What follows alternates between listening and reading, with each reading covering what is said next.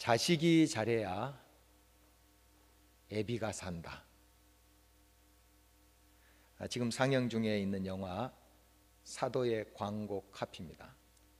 아직 관람을 하지 못했지만 아버지 영조와 아들 사도 세자 간의 그 비참한 가족사의 모습을 그린 영화죠.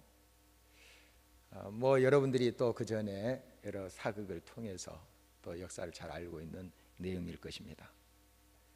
제2기간 동안 왕위 계승의 정통성을 의심받았던, 시빌받았던 영조가 어떻게든 정말 자신이 최고의 왕이 되려고 몸부림을 칩니다. 학문과 또 여러 예법에 대해서 정통한 사람이 되려고 애를 쓰죠. 그러다가 늦지막하게 아들을 낳게 됐습니다. 그 아들은 자기처럼 이런 왕위 계승의 정통성 시비를 받지 않는, 아무도 시비할 수 없는 그런 완벽한 왕을 만들고 싶었던 거죠. 그래서 어렸을 때부터 대단한 훈련과 교육을 시킵니다. 물론 이 세자는 영특했다고 합니다. 그렇지만 나이가 들수록 이런 학문과 점잖게 앉아있는 그런 일보다도 굉장히 활동적이고 또 무예 같은 걸 좋아했대요. 그리고 예술 쪽에 굉장히 특출한 그러한 달란트가 있었다고 합니다. 그리고 사고방식 자체가 좀 자유분방합니다. 요즘 시대에 태어났다면 참 큰 인물이 됐을 법한데 그 당시의 시대적 상황에서 참 용납을 하기 어려웠던 그런 성품, 그런 기질이었다고 합니다.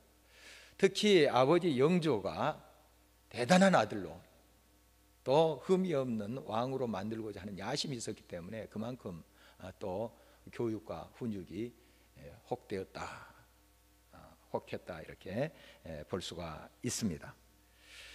이 아들은 그런 아버지의 다그침에 참 견디기가 힘들었어요. 물론 아버지의 말씀이고 또 왕이지 않습니까? 부왕인데요. 그 말씀에 순종하려고 했지만은 자기 안에서 꿈틀거리고 있는 이것을 주체할 수가 없는 거예요. 그래서 계속 아버지랑 충돌이 일어나게 됩니다. 이런 과정이 이제 악화가 되죠. 물론 그 아들 이제 세자는 또 결혼을 해서 자식까지 있어요. 아들까지 있습니다. 그런데 아버지랑 계속 평행선을 달리게 됩니다.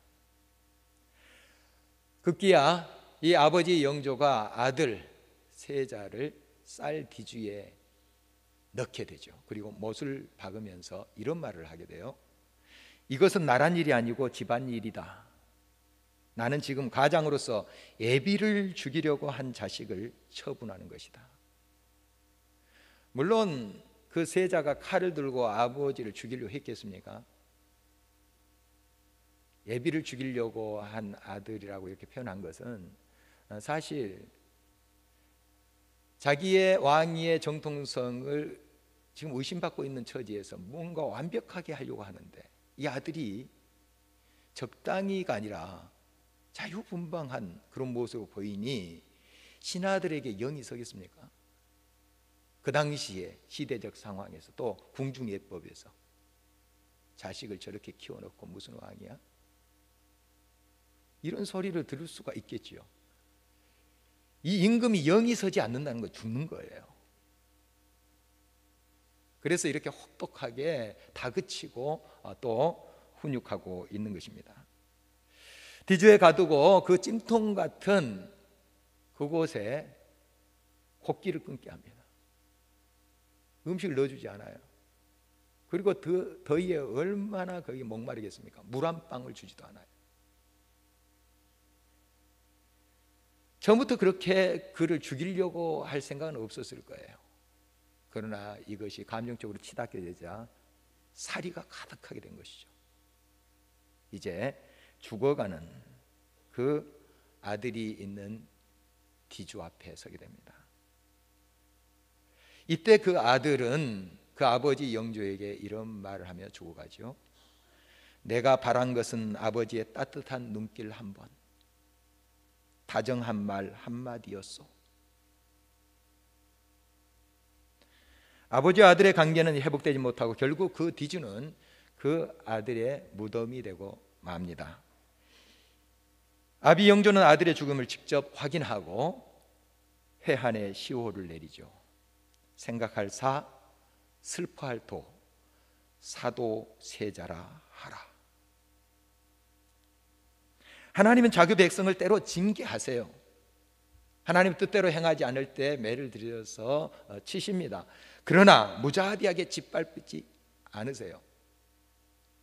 언제 때리시고 마음 아파하시고 결국 이 때리는 것도 그가 바로 서서 하나님의 영광을 드러내기 위한 삶을 살도록 하기 위함이죠. 살리기 위한 것이에요. 하나님의 징계는 의가 있는 것이 아니고 살리려고 하는 것이에요. 그래서 하나님의 징계, 하나님의 매조차도 하나님의 사랑임을 우리가 늘 잊지 말아야 됩니다. 우리가 많이 살폈듯이 이스라엘은 솔로몬 이후 르호보암 시대에 남북으로 갈라지게 되죠. 그래서 북쪽 이스라엘은 아수르에 의해서 결국 멸망하게 되고 남쪽 유다도 버티다가 바벨론에 의해서 멸망당하게 됩니다. 이 유다 백성들이 바벨론의 포로로 잡혀가는데요, 그 바벨론 문화가 그 당시에 얼마나 찬란했는지 모릅니다. 정말 번쩍거리면서 멋있었습니다. 그리고 그 문화의 모든 이용 앞에 압도당하게 됩니다. 거기에 신들이 얼마나 멋지게 세워졌는지요, 그럴듯하게 보입니다. 찬란한 모습이에요. 그래서 그 바벨론 사람들의 문화에 젖어들면서 그들의 종교를 따라서 가게 되는 그런 모습이 있게 된 것이죠. 하나님의 매를 맞았으면, 바벨론의 포로로 잡혀갔으면 좀 깨닫고, 이래서는 안 되겠구나, 아버지의 뜻대로 우리가 살지 못하면 멸망이구나, 이걸 깨닫고 회개하면서 하나님을 붙잡아야 되는데, 그 붙잡혀간 바벨론의 문화에 젖어 버린 것이에요. 세속주의에 물들어 버린 것이에요. 얼마나 안타까운 모습입니까? 이때 하나님께서 선지자를 보내서 말씀하시는 거예요. 그 우상들 다 헛것이다. 결정된 순간에 아무 도움도 주지 못하는 것들이다. 움직이지도 못하고 또한 이루어지지도 못하고 건져주지도 못한 그런 헛것들을 쫓아간다. 그리고 다 버리고 내게로 오라, 내 품으로 돌아오라 하는 메시지를 주고 있는 것입니다. 오늘 본문 1절 말씀 다시 한번 주목해 보십니다. 벨은 엎드려졌고 느보는 구부러졌도다. 그들의 우상들은 짐승과 가축에 실렸으니 너희가 떠매고 다니던 그것들이 피곤한 짐승의 무거운 짐이 되었도다. 이 벨이라는 것은 바벨론의 신이에요. 신인데 이런 이방 나라들은 신들이 많아요. 그 신들 중에 우두머리입니다. 우두머리인데 이 아람어로 벨 이렇게 부르는데, 원래 이제 이 메소포타미아 언어로는 마르둑이라고 하는 신이에요. 마르둑, 신들의 우두머리, 아비다 이런 뜻입니다. 최고로 힘이 있는 그런 신이에요. 그게 벨. 이게 이제 히브리 말로 번역하면 바알이라고 볼 수 있습니다. 바알도 주라는 뜻이거든요. 주님 이런 뜻이에요. 어떻든 가장 힘 있는 그런 신이 이 벨입니다. 그래서 그 앞에 신상을 세워놓고 막 절하고 그렇게 하는 그런 문화 속에 이 유다 백성들이 동화되어 가는 거예요. 그러나 그 벨은 엎드려졌다 이렇게 선언하고 있습니다. 이것은 신들의 아버지, 아니 할아버지라 할지라도 결국 힘을 잃고 아무 소용도 없는 그러한 존재가 될 수밖에 없다 이렇게 선언하고 있는 것입니다. 이 느보라는 것도 신의 이름입니다. 이 벨의 아들을 말해요. 여러 운명의 서판을 보관하고 문학과 지혜의 신이라고 알려졌습니다.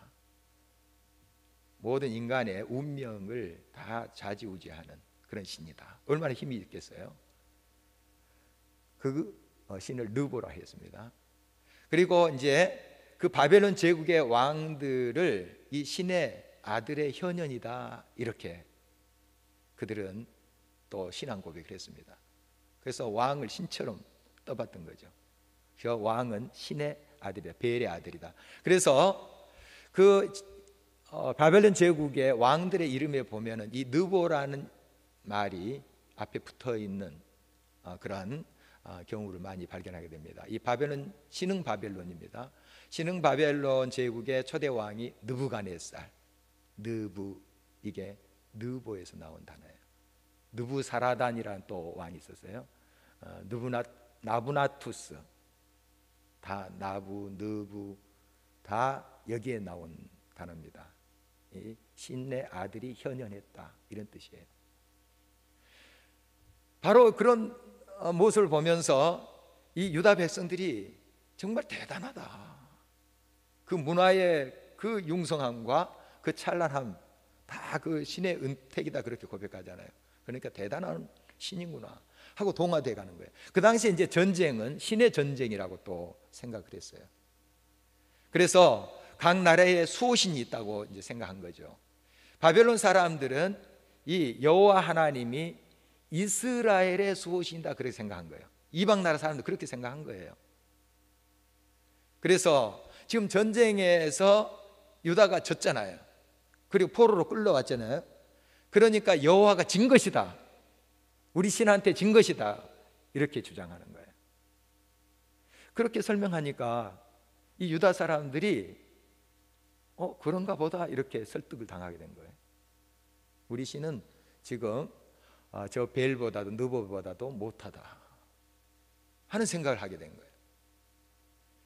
여러분, 하나님은 이스라엘의 하나님을 넘어서 온 우주의 만왕의 왕이시고 주가 되시는 분이세요. 그러나 지금 유다 백성들은 바벨론 사람들이 주장하는 것에 지금 미혹되고 있는 모습입니다. 독일의 한 박물관에 들른 적이 있습니다. 봤더니 그 바벨론 제국의 그 성곽을 그대로 옮겨놨더라고요. 한 2500, 600년 전의 것이에요. 그런데 참 어마어마하더라고요.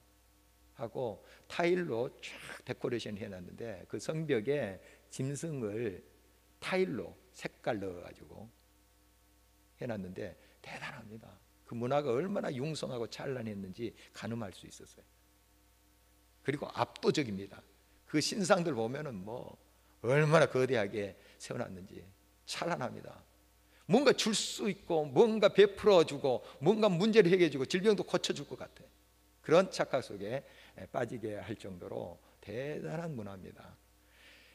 바벨론 사람들이 그렇게 설명하니까 이 유다 사람들이 설득을 당하게 된 거예요. 와, 대단하다, 그런가 보다.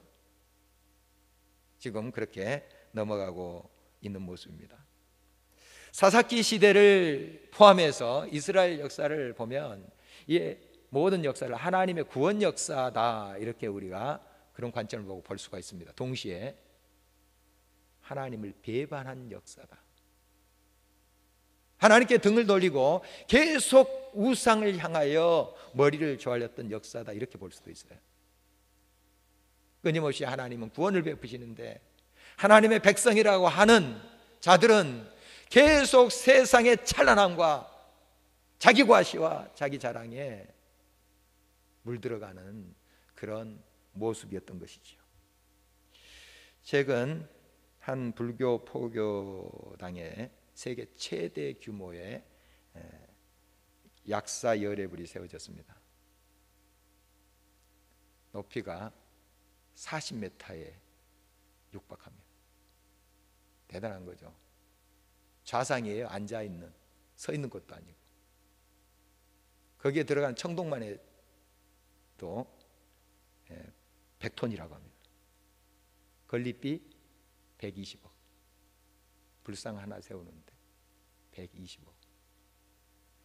대단하죠. 압도적인 그 모습 앞에 많은 사람들이 기도를 올리고 아마 복을 빌 것으로 생각됩니다. 또 관광객들도 많이 찾아들 것으로 예상이 됩니다. 이 불교에서 불상을 세우는 것은 그 불상이 뭔가 병을 고쳐주고 복을 주고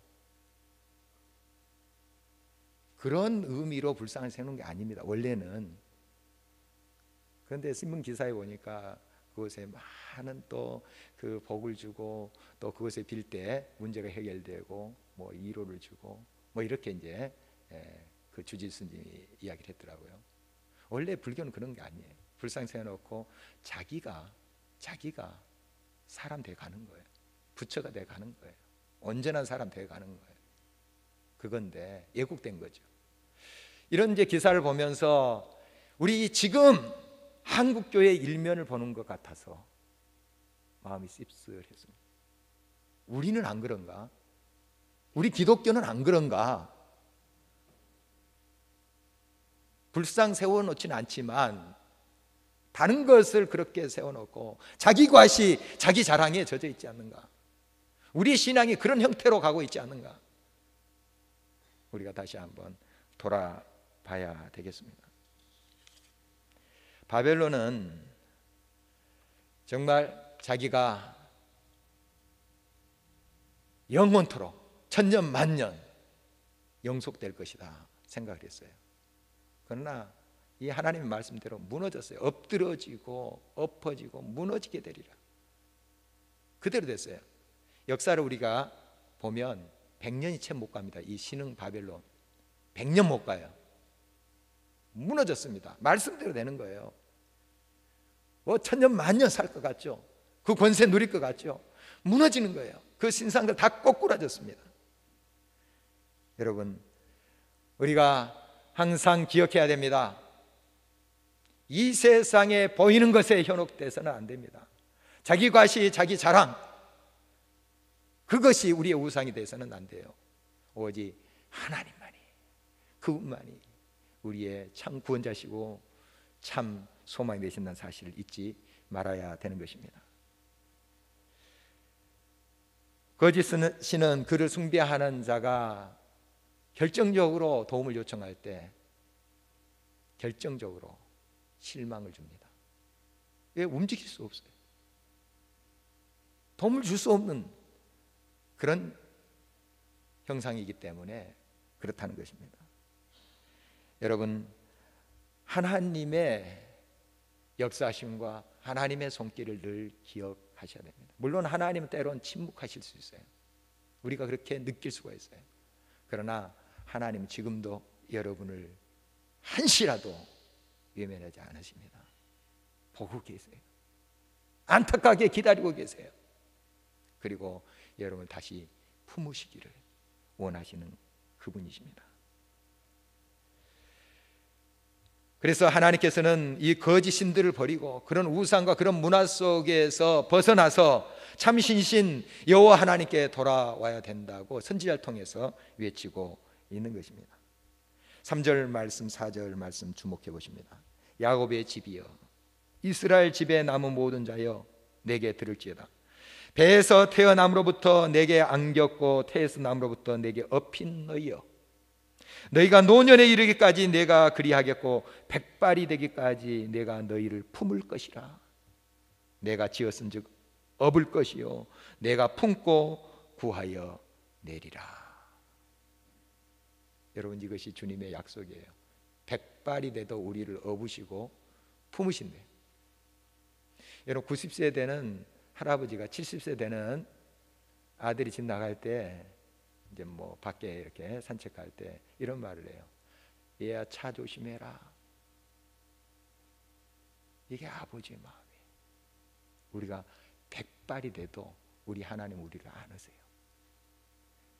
여러분, 어른이 됐다고 해서 우리가 스스로 다른 사람을 이로만 하고 자기 모든 문제를 스스로만 짊어진다 이렇게 생각해서는 안 됩니다.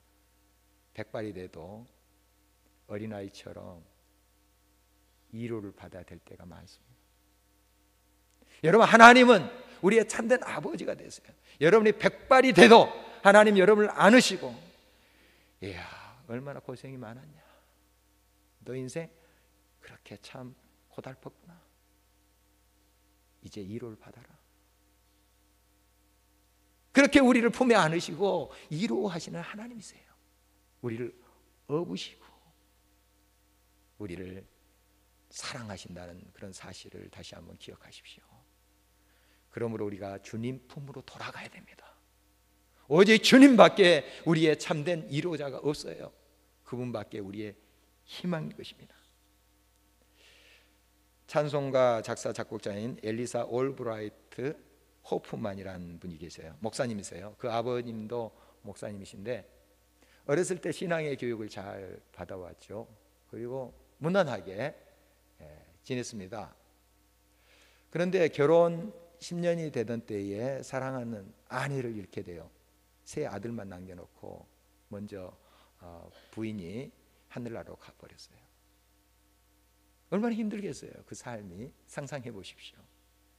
지금으로부터 한 120년, 130년 전의 이야기인데 참 힘들었어요.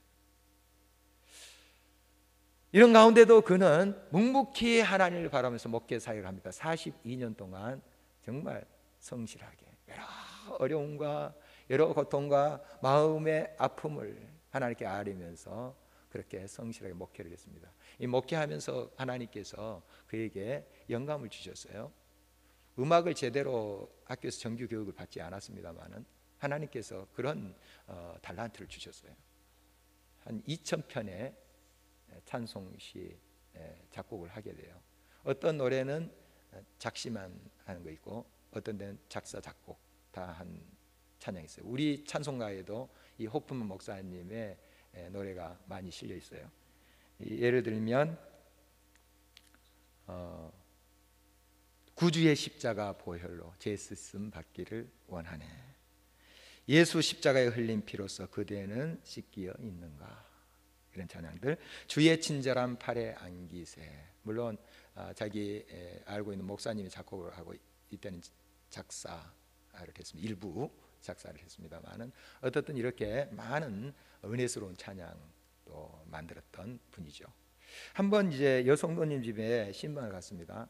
갔더니 그 여성도님은 어떤 일에 큰 슬픔을 지금 안고 있었습니다. 그래서 계속 우시는 거예요. 계속 우시는 거예요. 목사님 어떻게 하죠? 목사님 어떻게 하죠? 계속 그 말만을 반복하면서 울음을 그치지 않는 거예요. 목사님께서 이제 말씀을 보면서 위로하고 이렇게 했는데 그 말씀이 잘 귀에 안 들어온 것 같이 계속 어떻게 하죠? 어떻게 하죠? 그 슬픔이 너무 크니까 이러더라는 거예요. 그래서 더 이상 이제 어떤 권면을 하는 것은 효과가 없다 그렇게 생각을 한 거죠. 그래서 이런 말씀을 그 성도님이 이야기했다고 합니다. 성도님의 모든 슬픔을 예수님께 아뢰는 도리밖에 없을 것 같군요. 예수님만이 성도님의 슬픔을 위로하실 수 있습니다. 이 말을 했어요. 정말 마음에 우러나는 마음으로 그렇게 말을 했지요. 이때 그 성도가 딱 울음을 그치면서 맞습니다. 예수님께 아뢰면 되죠. 예수님께 아뢰면 되죠. 이제 신발을 마치고 집에 돌아오는데 계속 그 여성도님의 목소리가 들리는 거예요. 예수님께 아뢰면 되죠. 아뢰면 되죠. 그래서 집에 와서 펜을 들었습니다. 그때 이제 작사 작곡한 찬양이 이것입니다. 내 모든 시험 무거운 짐을 주 예수 앞에 아뢰이면 근심에 쌓인 날 돌아보사 내 근심 모두 맡으시네. 우리 다 함께 무거운 짐을 나 홀로 지고 견디다 못해 쓰러질 때 불쌍히 여겨 날 구해 주리 은혜의 주님 오직 예수. 아멘. 그렇습니다. 우리를 품어주시고 업으시고 위로해 주실 분 오직 예수밖에 없습니다. 물론 우리가 다른 사람의 짐을 거두어 줄 수 있어요. 위로해 줄 수 있습니다. 그러나 궁극적으로 우리의 모든 상처, 우리의 아픔, 우리 자신이 짊어져야 돼요. 내 질병 아무리 사랑하는 사람도 대신 못 집니다. 위로는 받을 수 있어요. 간호받을 수 있어요. 그러나 그 질병 내가 지고 가야 돼요. 내 삶의 태인 십자가 내가 지고 가야 돼요. 여러분, 사람에게 여러분의 마음을 다 의탁할 때 꼭 실망을 당하게 됩니다. 그 사람이 나빠서가 아니에요. 불성실해서가 아니에요.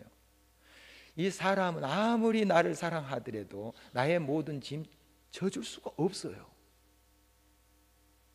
물론 우리가 다른 사람을 위로하고 또 그 짐을 거들어주고 적극적으로 그렇게 해야 되죠. 그러나 우리는 다른 사람이 나의 짐을 다 져줄 수가 없다는 것을 빨리 깨달아야 돼요. 사람을 의지하지 마십시오. 그분을 불신하라는 뜻은 아니에요. 결국 우리의 짐은 내가 지는 거예요. 그리고 이 모든 짐을 우리 주님이 지시는 겁니다. 주님밖에 없어요. 세상에 그 어떤 찬란한 것, 위용을 자랑하는 것들, 나의 구원자가 될 수 없고 참된 위로자가 될 수 없어요. 돈도, 명예도, 건강도 결정적인 순간에 나의 구원자가 되지 못합니다. 오직 예수 그리스도, 그분밖에 우리의 참된 위로자가 없다는 사실을 기억하셔야 됩니다. 여러분, 그분 품에 안기세요. 그분이 지금도 여러분을 위로하시고 싸매시고 고치신다는 사실입니다. 바벨론의 압제가 영원할 것 같았지만 하나님께서는 이미 계획을 세워놓으셨어요. 자기 백성 유다를 건져내기 위한 계획을 다 세워놓으신 거예요. 그래서 오늘 11절 말씀을 보면 내가 동쪽에서 산한 날짐승을 부르며 먼 나라에서 나의 뜻을 이룰 사람을 부를 것이라. 내가 말하였은즉 반드시 이룰 것이요 계획하였은즉 반드시 시행하리라. 저 동쪽에서 산한 날짐승을 부르겠다, 맹금류를 부르겠다는데 독수리죠. 이것은 바로 페르시아, 우리 성경에 바사로 나왔는데 페르시아 제국을 일으키겠다 하는 거예요. 바벨론이 역사적으로 보면 페르시아에 의해서 멸망당합니다. 그리고 한 사람을 일으켜서 보내겠다, 고레스입니다. 페르시아 초대 임금이에요. 고레스가 나중에 이 유다 사람들 다 너희 고국으로 와서 다 재건해라, 고레스 칙령에 그렇게 했던 사람이에요. 하나님께서는 이미 계획을 세워놓으신 거예요. 여러분, 여러분의 삶 속에 하나님께서 놀라운 구원 계획을 세우고 계시다는 것을 기억하십시오. 지금 여러분의 고통, 그것이 끝이 아니에요. 과정입니다. 여러분에게 중요한 것은 그 하나님의 약속을 붙잡는 거예요. 내가 말했은즉 이루리라. 약속하신 거 반드시 이루시는 하나님이에요. 딕툼 팍툼이라는 말이 있습니다. 이 라틴어인데요, 딕툼 말하다 하는 뜻입니다. 팍툼 사실이 됐다, 실현됐다. 말하였은즉 이루신다 하는 뜻이에요. 딕툼 팍툼. 하나님은 말씀하시면 반드시 이루십니다. 약속하신 바 반드시 이루십니다. 이루시는 하나님, 이루시는 하나님이에요. 하나님은 한 번도 약속을 어기지 아니하십니다. 여러분을 향한 구원 계획이, 여러분을 합력해서 선을 주시고 아름답게 세울 그 계획이 반드시 이루어집니다. 이 이루어진 시련을 빨리 단축하기 위해서 여러분이 두 손 들고 빨리 하나님 앞에 나아가야 돼요. 그 품에 안기는 거예요. 그분이 여러분의 눈에 눈물을 닦으시고 위로하시고 너는 내 아들이다. 얼마나 그동안 고생이 많았냐, 너 인생 고달팠느냐, 위로해 주실 것입니다. 영조와 사도세자, 이 비극적인 아버지와 아들의 관계, 두 사람 모두에게 문제가 있다 하는 양비론으로 갈 수가 있겠습니다. 사도세자도 문제지, 아들도 문제지. 그러나 자식이 잘해야 예비가 산다 하는 영조의 생각부터가 틀렸어요. 출발부터가 틀렸어요. 이 세상에 먼저 나온 사람이 누굽니까? 아버지지. 아버지가 잘해야 아들이 살아요. 딸이 살아요. 아버지가 살아야 자녀가 산다. 이것이 근본 아버지 학교의 광고 카피입니다. 좀 안타까움이 있어요. 영조가 좀 우리 아버지 학교에 왔었으면 많이 달라졌을 텐데 하는 생각을 해요. 여러분, 정말 하나님이 우리의 참된 아버지가 되셨듯이, 아니 지금도 아버지고 우리를 품어주시고 우리를 위로하시고 계시듯이 우리도 또한 그런 부모가 되어야 될 것입니다. 그리고 주변의 많은 영혼들의 아픔을 보듬어주고 하나님의 위로를 받을 수 있도록 안내하는 그런 통로가 되어야 될 것입니다.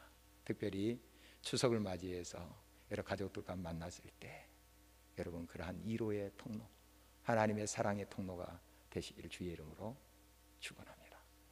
우리 함께